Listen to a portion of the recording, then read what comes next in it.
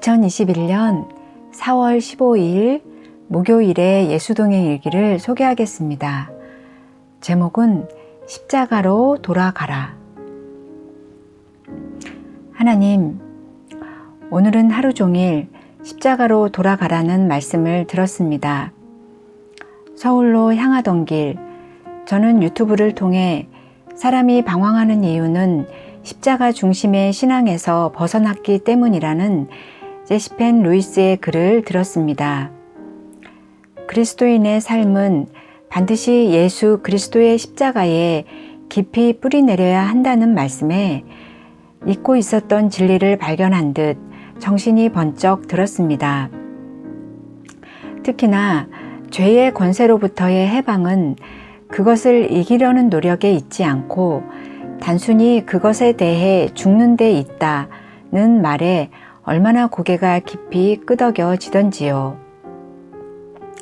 시대의 위기는 많은 사람들이 예수님의 십자가를 만나지 못했다는 것, 그리고 그 십자가에서 우리도 예수님과 함께 못 박혔음을 믿지 못한 채 여전히 죄의 길을 가는 데 있음을 실감합니다. 그런 면에서 저부터 십자가로 돌아가지 못했음을 자백합니다. 어떤 일을 겪어도 매 순간 살려고, 이기려고만 했지 먼저 죽으려고는 하지 않았습니다. 저 역시도 먼저 십자가를 짐으로 다시 살아나는 삶의 원리를 부인한 채 어떻게든 살려고만 발버둥치고 있었던 것입니다. 죽음을 뚫고 이파리를 맺힌 후에 열매가 맺혀져야지 먼저 열매부터 맺고 이파리를 틔우는 나무는 없습니다.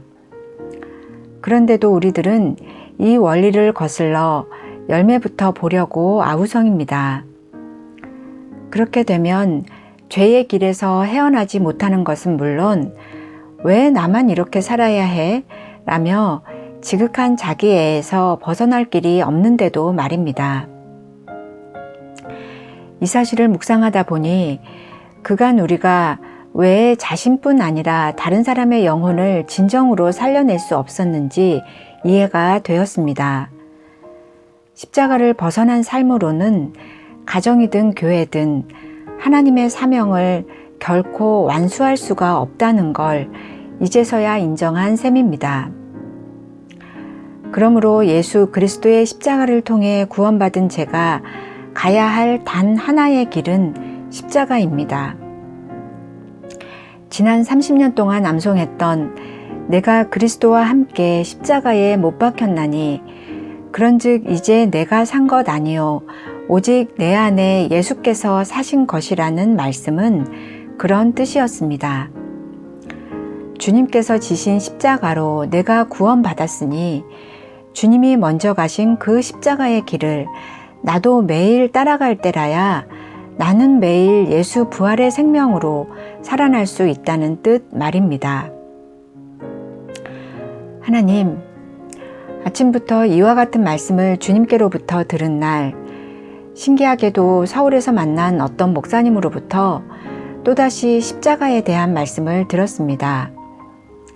병상에 누워있는 김정사모의 안부를 물으시는 목사님께 이런 얘기를 드리면서부터였습니다. 중환자실에서 일반 병실로 옮겨질 때에 병원에선 마지막이 다가올지 모른다는 암시를 줬어요. 실제로 김정사모는 눈을 깜빡이는 것 말고는 몸의 모든 기능이 정지되어 있었으니까요. 그런데 김정사모는 모두의 예측을 벗어나게 했어요. 아주 느리지만 조금씩 몸이 살아나는 거예요. 발이 움직이고 얼마 전부턴 침을 꿀꺽꿀꺽 삼킨다고 해요.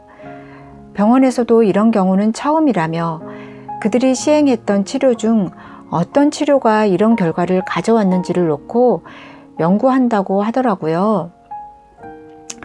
저는 그런 소식을 들으며 감사하면서도 모든 수발을 들고 있는 가족들이 얼마나 힘들까. 또 몇 달째 병상에서 고통받는 김정사모는 왜 그런 고통을 겪어야 하나 라는 생각이 들었어요. 그런데 남편 되시는 이몽직 목사님은 제게 그러시더라고요. 김정 사모가 중환자실에 있을 때 눈꺼풀마저 안 감겨서 각막이 다 손상되는 고통을 지켜보는 게 너무 힘들었는데 지금은 가족으로서 해줄 수 있는 게 있어서 너무너무 감사하고 행복하다고요. 제게로부터 그 말을 들은 강 목사님이란 분은 한치의 망설임도 없이 이렇게 대답하셨습니다.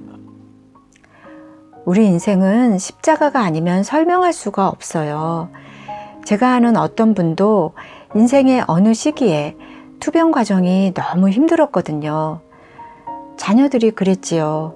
우리 엄마는 평생 하나님을 너무너무 잘 믿었는데 왜 인생 말미에 이런 처절한 고통을 겪어야 하냐고.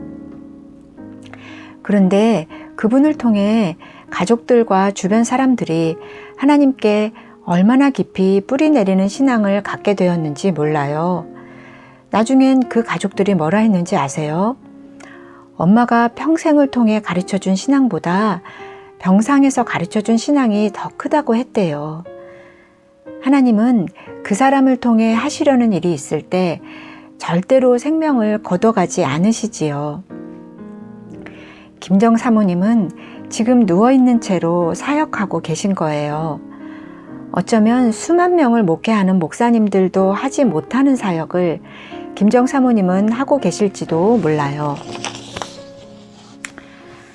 아, 하나님, 그 말씀을 듣고서야 알 것 같았습니다.